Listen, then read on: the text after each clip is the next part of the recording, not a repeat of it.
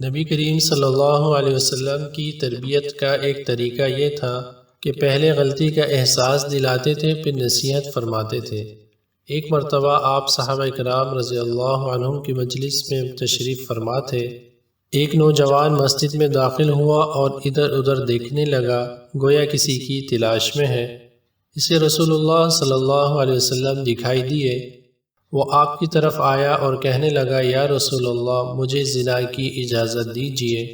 غور فرمائیے کہ اس نے کتنی بڑی جرأت کی، لیکن قربان جائیے معلم انسانیت صلی اللہ علیہ وسلم پر کہ آپ پر ذرہ برابر خفگی کے آثار دکھائی نہیں دیے۔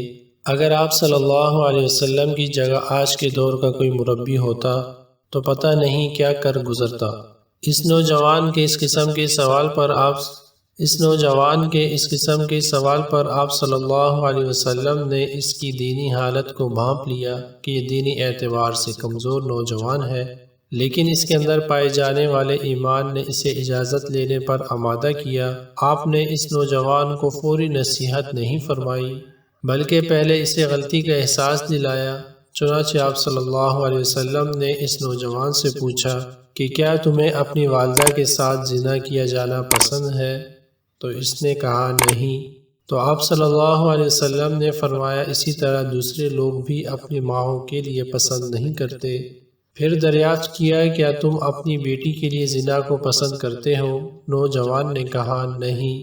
تو آپ صلی اللہ علیہ وسلم نے فرمایا کہ دوسرے لوگ بھی اپنی بیٹیوں کے لیے زنا کو پسند نہیں کرتے۔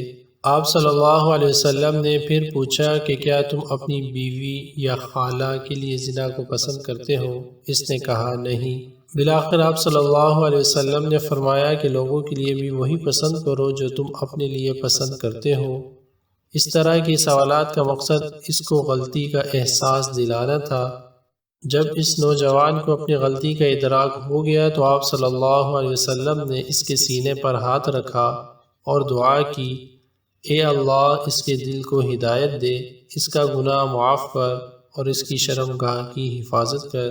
وہ نوجوان یہ کہتا ہوا مسجد سے باہر آیا، بخدا میں رسول اللہ صلی اللہ علیہ وسلم کے پاس آیا تو کوئی کام مجھے زنا سے زیادہ پسندیدہ نہیں تھا، اور اب حالت یہ ہے کہ کوئی کام مجھے زنا سے بڑھ کر ناپسند نہیں۔